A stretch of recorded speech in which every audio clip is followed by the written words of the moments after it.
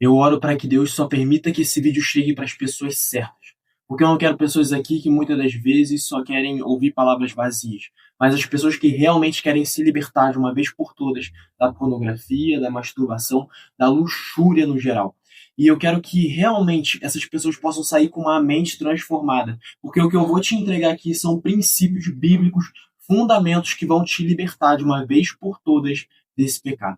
Por isso eu quero gravar aqui, esse é o primeiro episódio do Operação Liberdade. Durante 30 dias do mês de setembro, eu vou te trazer princípios bíblicos, princípios também de neurociência, para que você possa se libertar de uma vez por todas desse vício, desse ciclo que muitas das vezes tem te prendido. Você ali fica 7 dias, mas aí você cai de novo. Você tenta durante mais um tempo e você cai de novo. E você fica se culpando, perguntando para Deus, Deus, quando é que eu vou conseguir realmente me libertar? Você vê tantas pessoas por aí dizendo que se libertaram e tal, mas você não vê uma mudança na sua vida. E o que eu quero te entregar aqui, justamente, são princípios que vão te libertar, que vão trazer uma libertação na sua mente, no seu coração, e você vai poder ter uma vida santificada, uma vida conforme Deus espera de cada um de nós, amém? Então, esse é o primeiro episódio do Operação Liberdade. Se você quer realmente se libertar da luxúria, da pornografia, da masturbação, da imoralidade sexual, eu quero que você já se inscreva nesse canal, ative as notificações e faça parte desse desafio. Eu quero te ajudar jovens, adolescentes e até mesmo crianças que muitas das vezes estão presas nesse ciclo, nesse vício, tá bom? Então, quero começar aqui, primeiramente, te introduzindo um conceito básico que vai fazer com que você possa realmente alcançar essa libertação, que é o conceito de cosmovisão. Talvez você já tenha ouvido por aí, sua cosmovisão é importante porque ela define como é que você vai ver o mundo e tal. Só que o que eu quero te apresentar aqui não é simplesmente uma cosmovisão que todo mundo fala, mas é aquilo que muitos teólogos eles dizem sobre a cosmovisão. E eu quero trazer uma definição sobre cosmovisão que é justamente: cosmovisão é o compromisso centralizador da nossa existência. Ou seja, é a inclinação pelo qual o nosso coração vai fazer com que a gente tome as atitudes no nosso dia a dia. É aquilo que vai centralizar toda a nossa existência, aquilo que é o centro, e a partir desse centro nós vamos tomar as nossas atitudes. E qual é um exemplo de cosmovisão, Gabriel? Isso está muito abstrato para mim. Imagina que você entra numa casa e nessa casa tem várias bandeiras assim do time do Flamengo, por exemplo. E ali tem na TV um jogo de futebol, enfim, tem uma bola de futebol, tem uma camisa do Flamengo estampada. Você já percebe através dos atributos, através de alguns elementos que indicam essa cosmovisão, que a cosmovisão daquela casa está apontada justamente para o futebol. Ou seja, uma família, ali é uma casa que valoriza muito o futebol e muitas das vezes vai tomar atitudes baseado naquilo, por causa do seu time no coração. E um exemplo que, cara, me choca bastante de cosmovisão dentro do futebol mesmo, para a gente continuar nessa linha de raciocínio, é quando a torcida do Botafogo, se eu não me engano, que acabou violentando uma pessoa, matando uma pessoa com um pedaço de ferro, uma barra de ferro, justamente porque era da torcida rival. E, cara, isso mostra um problema enorme de cosmovisão. A cosmovisão, precisa ter isso em mente. A sua cosmovisão é aquilo que vai centralizar a sua existência. É o princípio centralizador da sua existência. E logo, o que acontece? Quando esse princípio ele é combatido, quando você sofre algum, sabe, embate nesse compromisso, acaba que você vai ter algum afeto, sabe? Você vai acabar se exaltando, vai ter sua emoção alterada e muitas das vezes, se o seu compromisso centralizador é Jesus, quando vier um professor ateu, alguém for contra a sua fé, você vai começar a ficar meio assim, sabe? A sua emoção vai começar a subir a pele. Mas é aí que a gente precisa revelar o fruto do Espírito Santo. Mas isso é um tema para um próximo vídeo. Então, o que eu quero te dizer aqui é que o compromisso centralizador da sua existência é a cosmovisão. É tanto que a Bíblia vai dizer que aonde está o nosso tesouro, ali estará o nosso coração. Por quê? Está falando que aquilo que a gente mais valoriza está apontando o nosso coração. E eu te pergunto, o que você tem valorizado ultimamente? Será que você tem colocado o seu time de futebol acima de tudo? Será que você tem colocado dinheiro acima de tudo? Vou trazer um exemplo aqui. Será que você deixa de ir no culto por causa do seu time de futebol? Ou seja, você deixa de priorizar as coisas de Deus por causa do seu time? Ou será mesmo que durante, sei lá, uma reunião de negócios ou no seu trabalho, você passa a perna nas pessoas porque você quer mais dinheiro, quer um cargo maior? Cara, isso já aponta para o nosso compromisso centralizador, a nossa cosmovisão.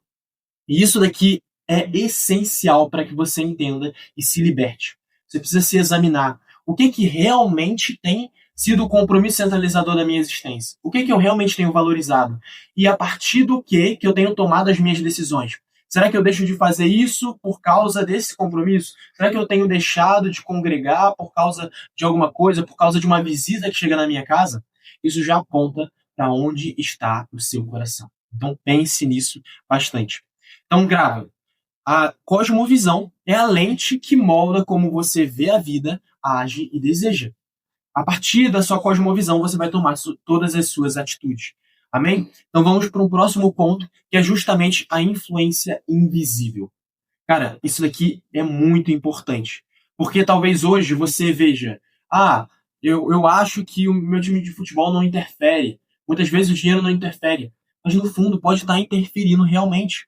Muitas vezes a casa, a cultura em que você está inserido, as suas amizades têm moldado a sua cosmovisão, têm criado essa cosmovisão que não está alinhada aos princípios de Deus e logo faz com que você se distancie dele, tenha uma vida de pecado. Isso origina talvez o seu problema da luxúria, da pornografia, da masturbação. E cara, você precisa examinar justamente isso. Porque a sua cosmovisão, ela é moldada pelo seu meio também.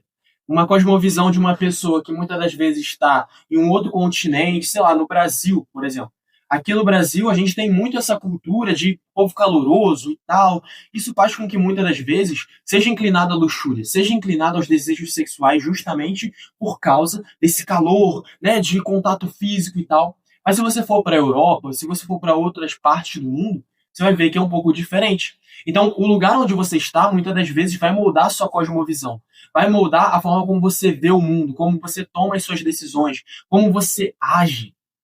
E, cara, se você não estiver andando de acordo com a vontade do Senhor, se você não estiver andando com pessoas que estão alinhadas ao mesmo propósito que você irá se distrair, você irá andar por um caminho que desagrada a Deus.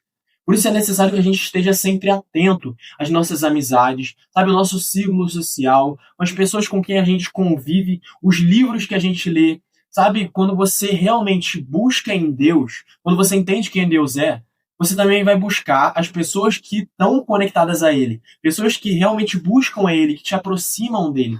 Filmes que muitas das vezes podem estar entrando, sabe? Você assiste filmes que desagradam ao Senhor, com palavrão, com luxúria, e aí você se pergunta, poxa, eu não consigo vencer esse vício. É claro, você se alimenta com esse vício através dos filmes, de sensualidade, as músicas que você ouve, tudo isso influencia o ambiente onde você está, molda a sua cosmovisão. E acaba que muitas das vezes a gente vai criar uma fé que é muito volátil, sabe? Não tem problema não. Sabe? Relaxa. Não tem nada a ver. Satanás adora essa frase. Não tem nada a ver. Não tem nada a ver. E as pessoas vão começando. Satanás ele começa a colocar essas coisas na sua mente por causa do ambiente onde você está, por causa das influências que você tem, por causa dos filmes que você assiste. Eu acredito que isso já deu para fixar. Amém? Então vamos lá para um próximo ponto que diz a nossa cosmovisão e a pornografia. Qual que é? Existe essa conexão? Como é que os dois estão conectados? A gente precisa entender, primeiramente, que a pornografia, a luxúria, a masturbação, a imoralidade sexual não é somente um hábito, é um tipo de idolatria. É uma idolatria, quando a gente vai ver lá em Tessalonicenses, 1 Tessalonicenses 4:3, vai falar para a gente se abster da imoralidade sexual, que é o dever de cada um de nós ser santos. É o dever de todo cristão ser santo, ser separado. Ser santo significa ser separado. Alguém que não está dobrado aos desejos da carne. Então, você precisa entender que, cara, a pornografia, todo esse problema, não é simplesmente um hábito, um mau hábito, mas é uma idolatria. Você começa a colocar os seus prazeres, as suas vontades no lugar de Deus. Você prioriza os seus próprios prazeres. E deixa de colocar realmente Deus no lugar de evidência, onde ele deveria estar, o lugar onde ele deveria ocupar. Idolatria não é somente você ter ali uma imagem ou algo do tipo. As pessoas associam muito com isso. Mas idolatria é tudo aquilo que tira o lugar de Deus. Tudo aquilo que tem ocupado o seu coração e que não é o Senhor. Amém? Porque o pecado não é só algo que você faz. É um trono que muitas vezes foi usurpado. Foi usurpado, sabe? O trono que deveria ser do Senhor, de Deus, de Jesus, que deveria estar ocupando seu coração, deveria ser prioridade para você. Muitas vezes você tem colocado o seu time, muitas das vezes você tem colocado pessoas até. E é para isso que a gente precisa inclinar os nossos ouvidos, inclinar os nossos olhos para Jesus. A gente voltar à essência, voltar a ser como nós éramos, sabe, como era no início, no jardim. Voltar a ser como criança. É por isso que a Bíblia vai dizer que se nós quisermos entrar no reino dos céus, nós precisamos ser como criança. A criança ela tem pureza no seu olhar. Ela não está voltada aos seus próprios interesses, como muitas das vezes nós ficamos focando. Muitas pessoas chegam para Deus simplesmente porque querem bênçãos. Mas não, a gente tem que buscar o abençoador. As consequências, as bênçãos simplesmente serão uma consequência. Grava isso no seu coração. Busque a Deus por quem Ele é. E, cara, as outras coisas vão ser realmente libertos, você vai poder ser liberto do pecado, você vai ser abençoado. Isso é só uma consequência. Amém? Vamos para um próximo ponto aqui. Eu quero trazer um exemplo lá de Êxodo 3 que fala sobre Moisés. Moisés, ele queria saber quem ele era. Só que a resposta não estava nele. A resposta estava em Deus. Grava uma coisa. Toda resposta, toda pergunta que você tiver sobre si mesmo, a resposta estará no Senhor. Porque nós fomos criados por Ele. Assim como o peixe, ele não pode sobreviver fora da água, nós não podemos sobreviver longe do Senhor. É por isso que nós precisamos voltar os nossos olhos, voltar o nosso coração para Deus todos os dias. Irmão, não adianta você querer ter uma vida em santidade distante da palavra dele, distante de uma comunhão com o Senhor, distante de querer conhecer quem Deus é a cada dia mais. Para que você se conheça verdadeiramente, você precisa conhecer quem Deus é. Para que você entenda quem criou muitas das vezes um computador e tal, quem que você entender a funcionalidade ali do computador, você precisa entender anteriormente quem que o criou, como essa pessoa pensou, para que você possa ter uma visão mais ampla. Não é que é necessário você entender quem que criou e tal, mas trazendo para uma visão mais ampla de alguém que não simplesmente está ali religiosamente usando o computador, quem inventou a lâmpada, por exemplo, se você entende quem que inventou a lâmpada, você já tem um olhar mais amplo. Sabe, quando você entende quem criou, quem fez, você tem um olhar mais amplo, mais aberto, uma cosmovisão melhorada. Não é simplesmente você usar como religiosidade.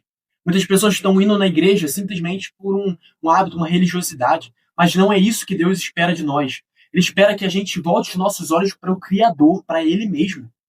A partir do momento que nós conhecemos a Deus, nós também conhecemos quem nós somos e a nossa dependência dele. Para que você realmente se conheça, você precisa conhecer a Deus primeiro. A Bíblia vai dizer lá em Mateus capítulo 7 que muitos diriam Senhor, Senhor, mas eles não entrariam no reino dos céus. Eles fizeram milagres, maravilhas, expulsaram demônios, profetizaram em nome de Deus, mas não iriam entrar no reino dos céus. Mas justamente por quê? Talvez você se pergunte, poxa, essas pessoas fizeram tantas coisas para o reino de Deus, mas não vão entrar no reino de Deus? Como assim? Porque elas não conheciam a Deus de verdade. Muitas vezes estavam interessadas naquilo que podiam receber, na glória para si, sabe? No respeito para si mesmo. Os fariseus eram assim. Então, sempre que você for realmente se achegar diante dele, não busque os seus interesses, mas busque realmente conhecer quem o Senhor é. Para que você se liberte do pecado, para que você se liberte desse vício de uma vez por todas, em nome de Jesus, você precisa conhecer, buscar conhecer a Jesus todos os dias. A salvação, ela vem através do conhecimento de quem Deus é. A salvação, sim, nós aceitamos a Cristo, mas para que a gente aceite a Ele, a gente precisa conhecer quem é Cristo. Precisa conhecer quem é o Senhor. Muitos simplesmente pregam religiosamente, mas não conhecem a Deus. E a partir do momento lá em Mateus 7 que fala que eles foram rejeitados, e Deus vai falar, eu não os conheço, é porque Deus, ele nos conhece a partir do momento que nós buscamos o conhecer. Deus, ele sabe quem todo mundo é, porque ele criou. Ele sabe quem é uma pessoa X, ele sabe quem eu sou, quem você é. Mas Deus conhecer a cada um de nós, exige que a gente também se achegue diante dele. Que a gente rasgue para ele. Porque conhecer é algo muito mais íntimo. Quando a Bíblia vai dizer lá em Mateus, que José conheceu Maria, fala sobre um nível de intimidade. Ele estava falando sobre relações sexuais, mas está falando sobre conhecer intimamente. E é isso que Deus espera de você. Para que você se liberte do pecado, você precisa conhecer intimamente o seu Criador. Conhecer o seu Pai, o seu Abba. Aquele que quer te ver livre, aquele que se sacrificou por você. Amém? E um outro ponto que eu quero trazer aqui é que a raiz do pecado, ela vem de uma cosmovisão distorcida. O pecado ali é uma tentativa de ser seu próprio Deus. Toda vez que eu peco, toda vez que você peca, é uma tentativa de nós tomarmos o controle das nossas vidas e como se estivesse excluindo Deus. A gente volta simplesmente para os nossos prazeres, para aquilo que a gente pode receber, para aquilo que a gente pode. Ah, eu quero o meu prazer, meu prazer, meu prazer. Minha vontade, minha vontade. A gente quer ser Deus da nossa própria existência e deixa Deus de lado, o Senhor, o Criador, de lado. Não é necessário a gente voltar os nossos olhos para Jesus, voltar os nossos olhos para o verdadeiro Deus, para o Criador. A gente tem, toda vez que a gente peca, é como se a gente estivesse criando um ídolo no nosso coração. E esse ídolo pode ser a luxúria, pode ser a imoralidade, pode ser uma pessoa, pode ser um hábito, pode ser o dinheiro, mas também pode ser o seu próprio ego, o seu próprio umbigo, o seu ego. Você precisa matar o seu ego para que você vença o pecado. O seu ego vai querer te trazer sempre o conforto, mas vencer o pecado exige desconforto, exige sangrar espiritualmente. Muitas vezes a sua carne vai ter que sangrar, o seu espírito precisa, sabe, realmente buscar mais em Deus para que a sua carne seja enfraquecida, para que ela seja realmente chicoteada espiritualmente dizendo. E agora eu quero trazer um princípio lá de Gênesis 2:7. Gênesis 2:7 vai falar que quando Deus cria o ser humano ele é criado como alma vivente. Alma vivente no hebraico significa nefesh, nefesh, que é o quê? Um desejo profundo por Deus. Nefesh é garganta. Garganta quer dizer o quê? Garganta passa água. Eu tenho sede pelo Senhor. Eu desejo mais a Ele. E para que você se liberte do pecado, meu irmão, minha irmã, você precisa ter sede pelo Senhor. Você precisa desenvolver uma sede cada vez maior por Ele. Você somente vai desenvolver essa sede quando você o buscar. Toda vez que você busca o Senhor, você vai precisar buscar Ele cada dia mais. Deus ele vai colocar a própria sede dele todos os dias no seu coração. Amém? E quando a gente tenta preencher essa sede com as coisas terrenas, a gente vai sempre querer uma coisa diferente, vai querer a luxúria, vai se apoiar em tantos pecados, tantos prazeres terrenos. Mas nós só vamos realmente ser libertos do pecado. Nós só seremos preenchidos verdadeiramente o nosso vazio quando voltarmos os nossos olhos para Jesus. Amém? Então, quando nós não buscamos em Deus, fabricamos ídolos, prazer, pornografia, vícios. O ser humano é uma fábrica de ídolos. Se você não colocar Deus no seu coração, você sempre irá ficar preso a esses ídolos.